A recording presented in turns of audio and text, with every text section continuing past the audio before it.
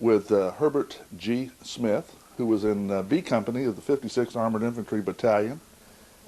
The interviewer is Dr. Vernon L. Williams with the Department of History at Abilene Christian University. Today's date is March the 8th, 1996. The interview is being done at Houston, Texas. Mr. Smith, if you would you give us a little bit of background about where you grew up, who your parents were, and what you were doing in the 1920s and 30s before I was war? born December the 3rd, 1923 in Niagara Falls, New York. My father was Herbert G. Smith Sr. at the time. His parents' father came from England and his mother came from Germany. In fact, his mother came from Heidenheim, Germany, which I didn't know, but I had relatives once we got over there, and I didn't know it till I got back. Because my grandmother came over here with her cousin Annie, we called her. And my mother's side go way back to the middle 1700s when they came here from England. They settled in Pennsylvania and southern New York. My great-grandfather served in the Civil War he went in before the war started, I believe, as a drummer boy. And he worked himself up. I didn't realize it till I seen the historical thing that come out lately. He was a sharpshooter in the Battle of Gettysburg. And I don't recall his first name. I remember my great-grandmother's name was Lucinda, I believe. Rifle, her last name was, before she married my great-grandfather. So I say I was born in 1923 in Niagara Falls, New York. I attended various schools. I went to LaSalle Senior High School and graduated in 1942. In 1941, at the time, I was working part-time for a dairy, and I can very well remember Pearl Harbor Day. I was selling milk on that Sunday afternoon by bulk. We'd sell it by the gallon. People would drive up and we'd fill up their gallon jugs. And I can remember when the news came over a car radio that was parked out there getting milk when we heard about Pearl Harbor. I tried to enlist after graduation in 1942. I went to work at Gilman Fanfold Corporation. I took a day off, went to Buffalo, but my mother wouldn't sign the papers. It's funny, they could draft you at 18, but you couldn't get in without your mother's signature. So she wouldn't sign the papers because I was a sole support of her and my grandmother. I was finally drafted in February or March of 1943.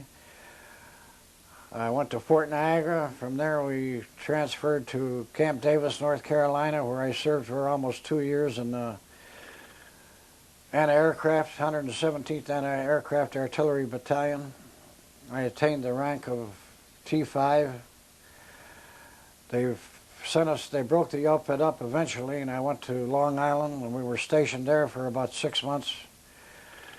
We were in the Battle of New York City, believe it or not.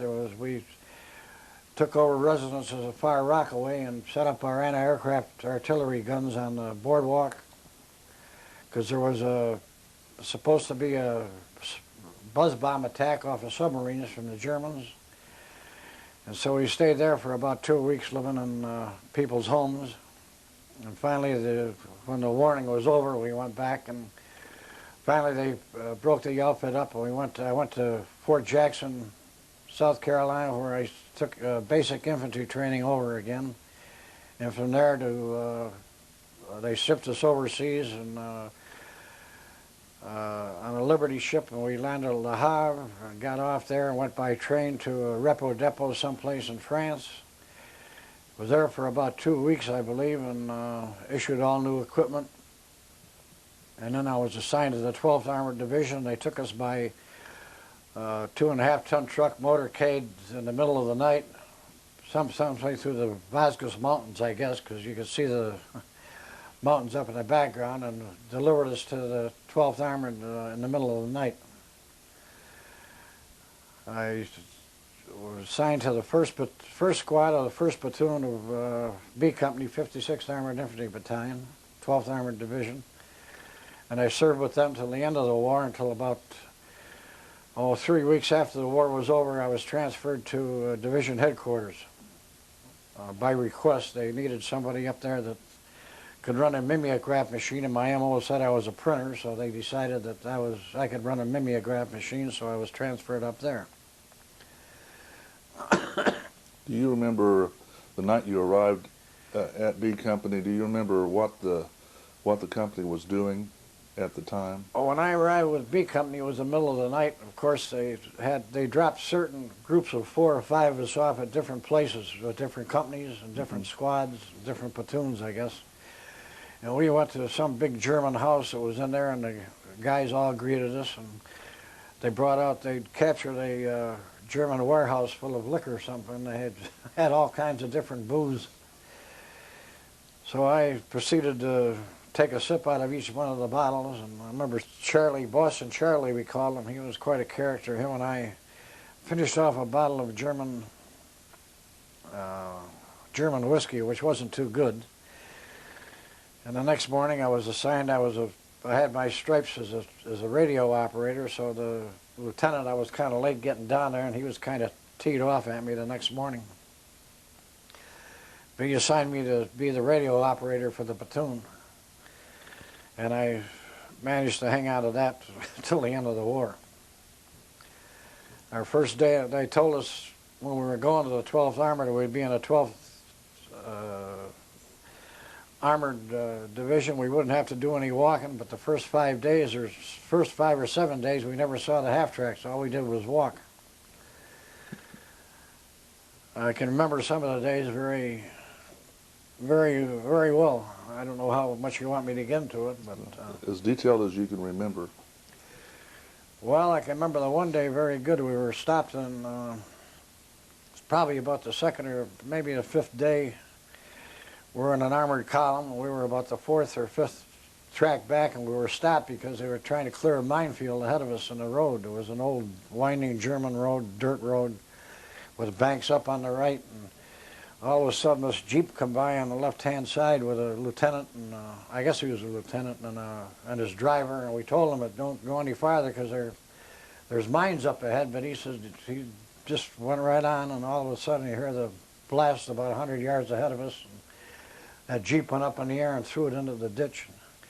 I can remember a tire going up in the air about, I would say 150, 200 feet in the air, and come bouncing down on that field beside us. It must have bounced about 10 different times.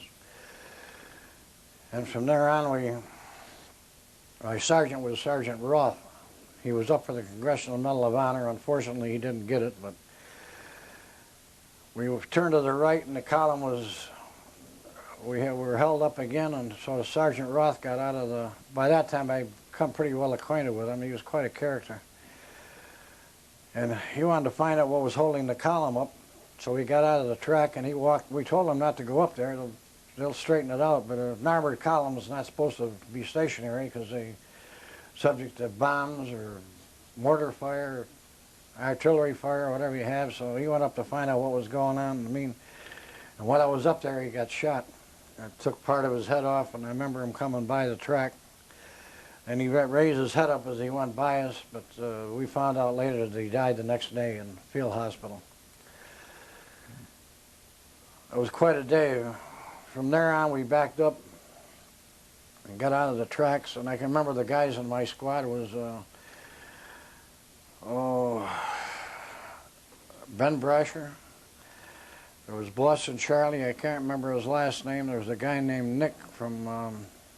he was from Pennsylvania. He'd served in Africa and in Italy, I believe. Quite a few of the guys, I think, had served down there.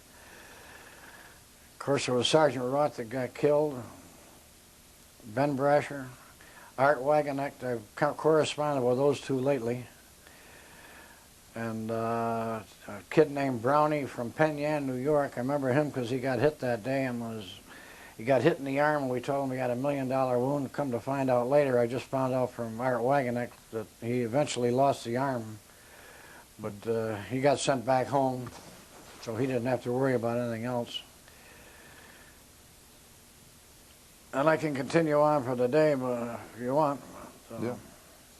Just follow through. Well, after that, we pulled back, and our wagonette needed a haircut. We were just doing nothing, sitting around some German farmhouse, and the woman had a pair of clippers, and so I told Art I was a half-ass barber, so to speak, and so I proceeded to cut his hair and ruined it. He was chasing me around the yard out there when we got orders to mount up, so we had to pull back around the other side of the great big field, and we stopped by a great big hay mound. I can remember that. It was maybe 20, 30 feet high. It was, I don't know whether it was all hay or straw or what, but we were taking some mortar fire and some small arms fire, and so we all jumped and flattened up against the side of that hay mound, and the bullets was hitting around us.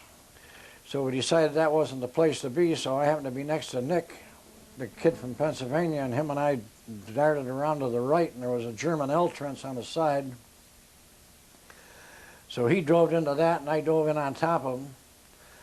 And he said, I've been hit, and we're laying down there in that L trench, and he can't move. I'm on top of him. I'm trying to get his combat boot off. He said he'd been hit in the foot, and it was hurting like hell. He thought he was bleeding to death. And so finally got twisted around, and I got his shoe off. And what happened, the bullet had hit him in the heel, and just taking the heel off of the shoe, it didn't actually hurt his foot at all, but the shock of the bullet he thought he was hit, and of course later on we had a big joke about that. But we were stuck down in that L-shaped trench, and we were still taking fire. In fact, I think we lost about 5 guys that day. And all of a sudden, the sergeant had taken over from Sergeant Roth. I can't remember his name. I believe he was a staff sergeant, or a tech sergeant. I believe he was a staff sergeant, a big husky-faced, husky guy he had real thick horn-rimmed glasses. I can't remember his name, but he decided to take off. There was an apple orchard, I believe it was, in front of us, and there was a church on the left with a big cobblestone fence all the way around it with a cemetery with it. And on the other side of the little street where it dead ended there was a big house on the right-hand side. We had to go through that apple orchard. So the sergeant, he got me, he says, come on, can't stay here. We're just taking all kinds of fire. So him and he started out, and I started out with him, and we took off across there and hit up against the side of that church fence, and I ducked around the corner to see what was going on. I run into a small German light tank, one of those little 2-man light tanks. And I think I scared him as much as he scared me, because I think I fired one round at the tank and ducked back around the corner, and he took off going like a bat out of hell the other way. But we got pinned down there again with some sniper fire from that house on the right, so we had to go clean that out. But I remember we used some grenades. We always carried grenades with us, and had to go into the house and clean that out. And let's see, then we stopped. We couldn't go any farther down that road, so we stopped there and went back by that mound. In the meantime, the burial detail pulled up with his truck, and they were just, as I said, there was about 5 guys, I think, that were killed. 3 to 5, I can't remember how many, but they were just throwing the bodies up in the back of the truck, and this one guy, I can't remember who it was now, but he was highly teed out because one of his buddies had got killed, and he was going to shoot that detail for the way they were handling the bodies, throwing them in the back of the truck like a sack of wheat. So when that got over, on the other side of that big hay mound, going through that field, on the other side where Roth was killed was a great big open field, and there was a marsh down on the right with a bunch of trees in it, like a hollow swale or whatever you want to call it.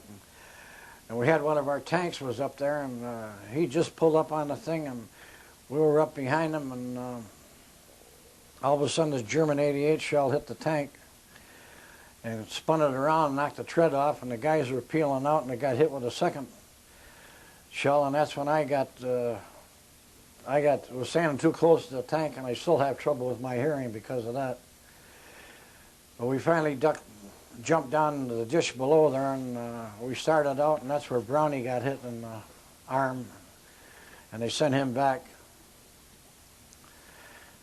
And that was about the total of that day, what I can remember. I think they finally relieved us, or it was near the end of the day by then, so we just took over a German farmhouse. And oh no, we did. We tried to find out where that tank was, or that 88 gun that knocked the tank out. There was a farmhouse way out in the middle of a field, I would say a mile away. And we went down there, and we got the farmer's wife to cook us she had a whole bunch of eggs, and Eier is what you call eggs in German. So we had Habensee Eier, and she cooked us a great big mess of eggs, and she had some old pieces of pork there, and so we had a meal. In the meantime, we were watching, got up on top of the roof and was watching to make sure nothing came. So that was probably I can't remember where we stayed that night. I remember that day very well. Do you know about geographically where this was, near what town? I'll tell you, up until about 20 years after the war was over, I could have given me a map and I could have told you exactly where we went. But by now, I just can't. That was 50 years ago. So could you position it in terms of time since joining the unit? About how long after you joined the unit would this? Pardon? About how long after you joined the unit would this have happened? This day occurred? Probably 4 or 5 days. Okay. We might be able to pinpoint it that way. The first day, I remember we got out. Well, we weren't on the tracks. We had to go through an open field, and our company B was on the left-hand side, and we did have a company D that I found the only time I ever seen him was that day, and it was a black company, black soldiers, and they were in the middle, and I think C company, or one of them, was way over on the right, and this town was supposed to give us some trouble. And this was my first day of action, real action, I guess.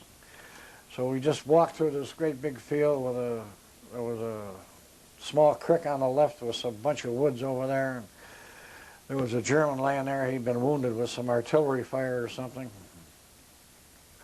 We went to this town, and we took the town. I can remember we thought a little bit of trouble. We used some grenades in the cellar. And unfortunately, some young German kid, there was a woods in the back, and we had to go clean it. Supposed to clean it out. They thought there were some people hiding up there. Unfortunately, it was a small young German kid in one of these Jugend uniforms, German youth uniforms. And one of our guys shot him, didn't know. He thought it was a regular soldier running through the woods because he had on this uniform. And he brought him back down. I can remember him carrying him back down. I'll never forget that day. And he was bawling, tears were running down. And of course, the parents was down there, and he had to carry the kid down, and he just bawled his eyes out, cried his eyes out. I don't think he ever got over it.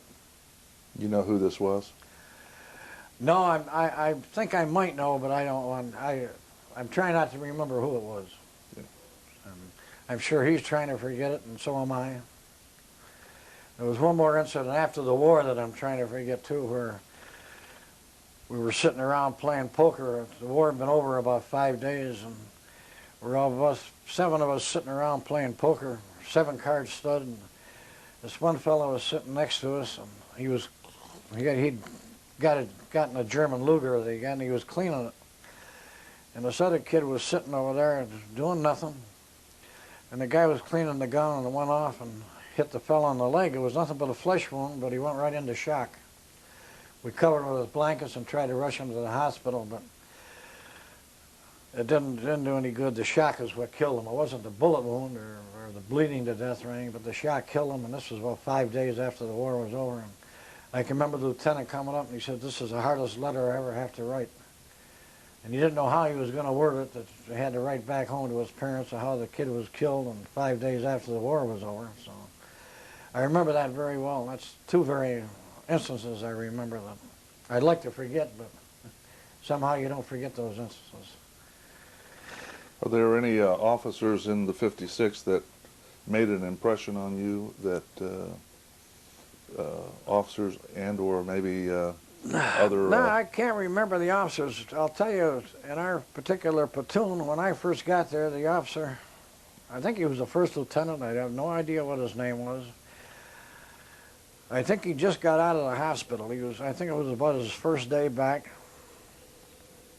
And he was still kind of shell-shocked, I believe.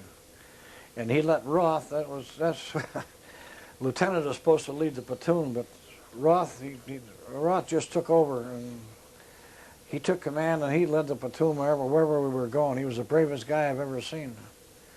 In fact, before he was killed, he got, I imagine it was about 3 weeks after I got there, he got a notification from back home that he could have went to the military academy, naval academy, as a recruit or as a pleb.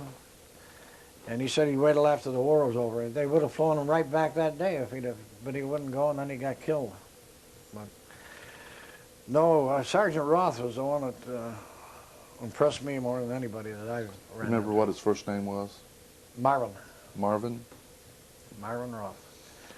What else do you remember about the combat days? Well, I remember the one day I got hit, the day I got hit in the finger. We'd taken a river, we captured a bridge across a river, and the bridge, it wasn't before we got to the Danube, so it was a main river going through southern Germany there, but before you got to the Danube. And we captured this bridge, and the Germans had left a squad there to blow the bridge up. But the bridge didn't blow, and they got some kind of a boat, and they had the thing camouflaged with all kind of branches on it, and they were floating down the river, and we're taking shots at the boat going down. Whether we hit anybody, I can't remember, but we were taking some mortar fire, I remember, and I was standing outside the side door of this building by a tree, and this mortar shell hit, and it hit me in the finger. And I can remember the medic come to bandage it up. In fact, I had the scar for years. It took the skin off right to the bone, but he bandaged it all up. And then Roth came around and he said, "We got to hold that bridge." And they had two 500-pound bombs on either side of the bridge, and we had to hold it till the combat engineers could come up and deactivate the bombs. So I think there was a third floor in the building, and he had me go up, and he had a pair of German field glasses, German artillery field glasses. God, they were big, they were thick, real good. So I had to take the radio and go up there on the third floor and watch out to make sure that no German were coming to try to retake that bridge. In the meantime, we were just going to hold it, and we got as much equipment across as we could. And I can remember standing up on that third floor looking down at that bridge with those. Well, you couldn't see the bomb on the other side, but there was one on the other side and one down below the building. I can remember eventually the combat engineers got up there. That's when we could finally go, when they deactivated the bomb. But what happened when that mortar fire came in, it cut the cable or the wire that the Germans were going to blow it up with. So they couldn't blow it. That's why the bridge didn't blow. The mortar fire cut the wire that was going to blow the bombs. But I can remember standing up there looking out with those German field glasses, and Sergeant Roth, when we got through, he says, "Here, you can keep the glasses." And I can remember he'd give me those German field glasses. Boy, I loved those things. And eventually I lost them because they come up in with our 2.5-ton truck to bring us some clean shorts and clean socks about every 4 or 5 days, which was the greatest thing in the world, get some clean, dry socks on. But you would take whatever you wanted and put it in your barracks bag in the back of the truck. They had all your different barracks bags in the back of the 2.5-ton truck, so you got your own bag out. And so I put those glasses away in that bag, and by the time the war was over and I got the bag back, the glasses were gone. So somebody in supply got a hold of them, and they were gone. Mm. Oh, I'm trying to think. Well, I remember going down into the Austrian Alps, and we were way up I can remember when we first seen the Alps, we were riding all night long, and it was cold, and we were all huddled up in the back of the track, and we didn't stop, we just kept going. All of a sudden, when the dawn started coming up in the Alps, looking up ahead of us there, we could see those snow-capped Alps. Boy, it was beautiful.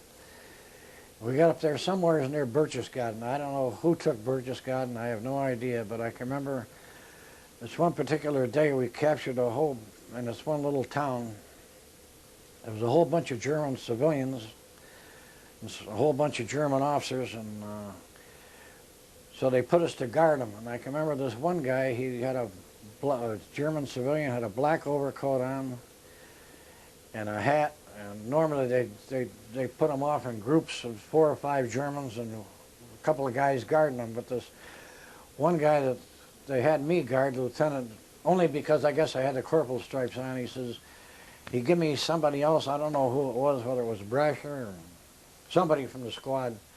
He said, I want you to guard this guy and don't let him out of your sight. So 2 of you guarding the one guy. So whoever the guy was, he had to be somebody real important. Whether he was a German scientist, an officer that taken off his uniform, and I don't know who he was, never did find out, because about 20 minutes or half an hour later, they turned him over to somebody else, and we had to take off and get in our tracks and keep on going. So I can remember when they took the Danube River Bridge, we slept that night in a German doctor's house, great big house, had a bed that 4 of us slept across that one night in. And it had to be before Roth was killed, because I'm pretty sure it was Marvin that was there.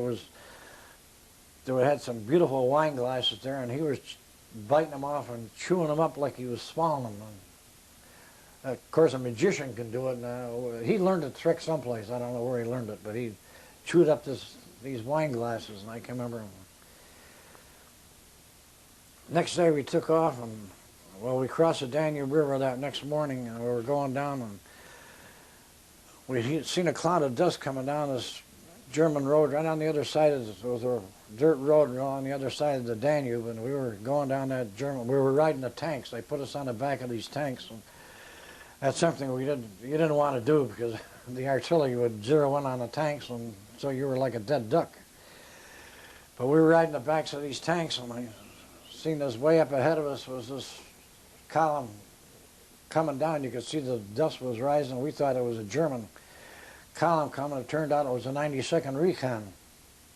It passed us. Those guys were pretty good. They go like a bat out of hell. They would go out in front of the outfit, you know, and they were real good.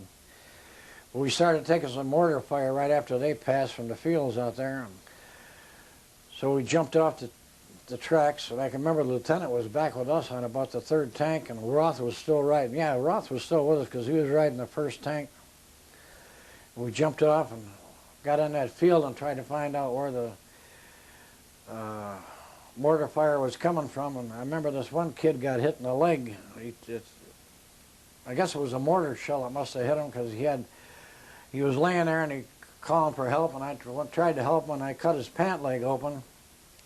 But he wasn't really bleeding bad. He just had a whole bunch of little, like nicks or little pieces of shrapnel that hit his leg. So I got my sulfa thing out and was trying to dab him. In the meantime, the medic come up, and I says, here, you take over, because I had to get, they were hollering at me to get going with the radio, I guess. I can't remember for sure, but I left him with the medic, so I guess he was going to be all right. He said, I don't know who he was. I can't remember. I have no idea. But I remember we cleaned it out, and we got back on the tanks, and we made a left turn going into some little village. And we dismounted from the tanks, and we're walking up this road, and I can remember they told us that in between there was houses, and behind this one house was a great big wood pile back there, probably as high, 20 feet high, of wood that some of the Germans had cut for firewood. And there was a stone fence along the side of it. Of course, there was an opening going there, and they told us, now we were back a little bit. I imagine I was about 7 or 8 guys back. And we were in that German farmhouse, or that doctor's farmhouse I was just talking about.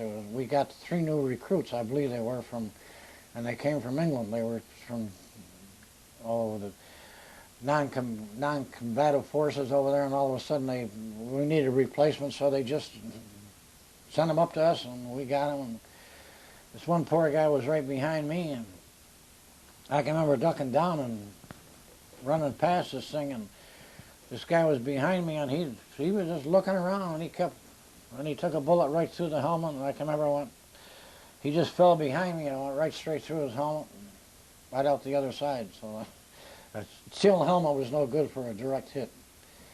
And that poor kid, and he just joined the outfit the night before. I have no idea who he was. I think he might have been from Buffalo, but I'm not sure. So, you got about enough? Well, do you remember anything else? What about? Well, I can remember the night the war was over. We were up. I said we were up near Berchtesgaden. It was like a great big house, had windows all the way around, and we stayed there for about maybe 2 days. And that one night, must have been May the 5th, the day the war was over. We were down playing poker, and one of the other platoon, I think it was probably the mortar platoon, I can't remember. There was about 5 or 6 of us who were playing poker. And the word came over the radio about, I imagine it was around midnight, 2 or 3 o'clock in the morning, that the war was over, that Germany had surrendered. So we went out with our rifles. Of course, you carried your rifle wherever you went. Well, I can remember firing them in the air. And then from there on, we stayed there maybe another day, and then they pulled us back, and we went from about 3 or 4 different towns where we stopped, where they let us stay for a couple of days, and we went further north and then further north. And I remember Dillingen, the fish hatchery, the guys would go down with catch all these fish. For a couple of days, we were eating high off the hog on nice fresh trout. I remember that. I went up to this German, it was when the fellow got shot in the leg and died. It was about, it must have been about 5 days after the war was over. It was a duplex German house. We stayed there for a few days. And from there, they finally moved us to Heidenheim. But our platoon, or our 56, was outside of Heidenheim in a small town. We'd taken over an inn. And it was a great big old German inn, had a great big long bar and a lot of rooms. It was like a hotel.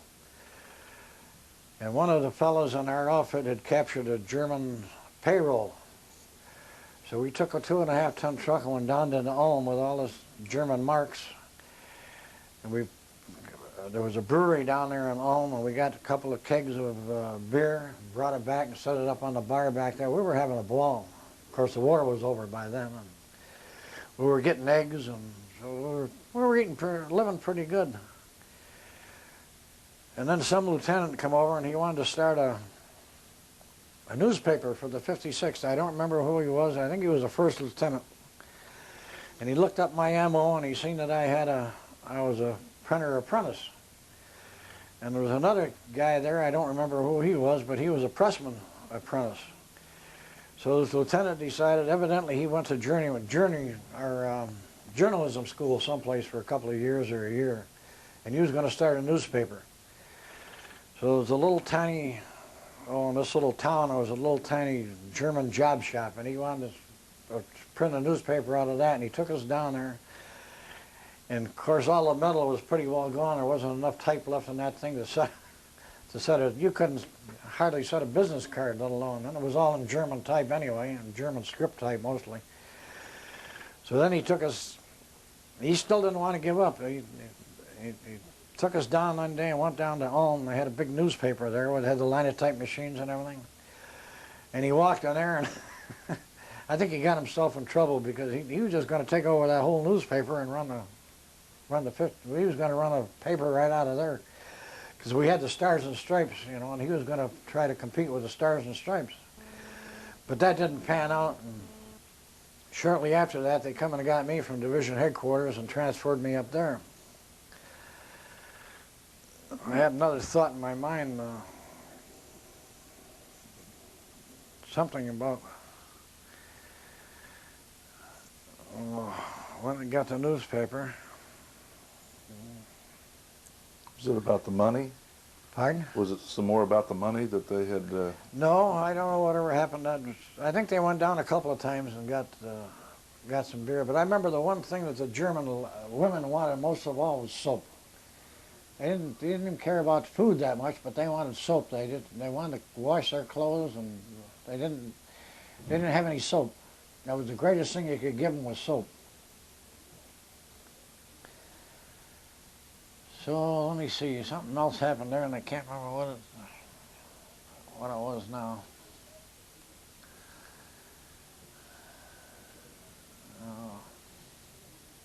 Can we take a 5-minute break? Well, yes, just a minute. You got it on? Okay, they transferred me up to division headquarters. I remember my sergeant was a Sergeant Ambrose from New York City. And we lived in this house on Bahnhof Street. I remember Bahnhof because Bahnhof is a railroad station or railroad. And across the street on the other side was a great big Lutheran church. And they had a swimming pool on there. And then you could look out the window and see the castle. And I met a German Fraulein there that took me up on that castle. We went through that castle one time. But after, I got into a poker game one night and I'd won about $450 in a poker game. And they had these rest leaves coming up to Riviera and Nancy, France. And I tried to get the one going to Riviera, but I couldn't. So I took a rest leave for 10 days and went to Nancy, France, and I paid for my buddy, a kid named,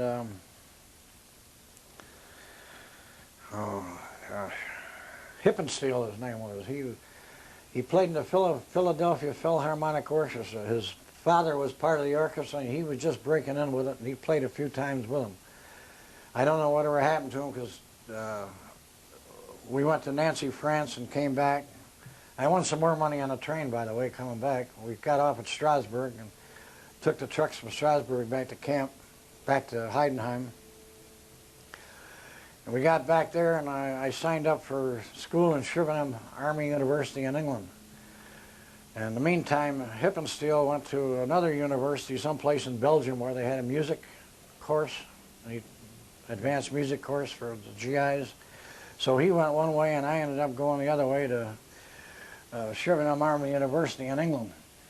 We went by truck to either Calais or Le Havre, I can't remember. I think it was Le Havre, maybe Calais. We slept in the castle overnight. I was in charge of 5 guys from the 12th Armored Division. I don't know why. I think some of them had more stripes than I did, but because I was in division headquarters, they give me the papers, so I had the orders for. So I went to Chauvinham Army University, spent some time there. And my best buddy was Clayton E. Kilpatrick, Jr. Him and I used to go to London pretty near every weekend. I think he ended up as publisher of the Chicago Tribune. He'd already had about 7 years of college. And last time we corresponded a little bit when the war was over. He was in the going to the University of Chicago. I don't know what he was taking up, but he was in the University of Chicago. And I think I finally got married, and I think I was the one that cut off the correspondence, but we did correspond a little bit. So then I was discharged in February or March of 1946. I went on home. Well, thank you very much for the interview. Okay, I hope you got enough.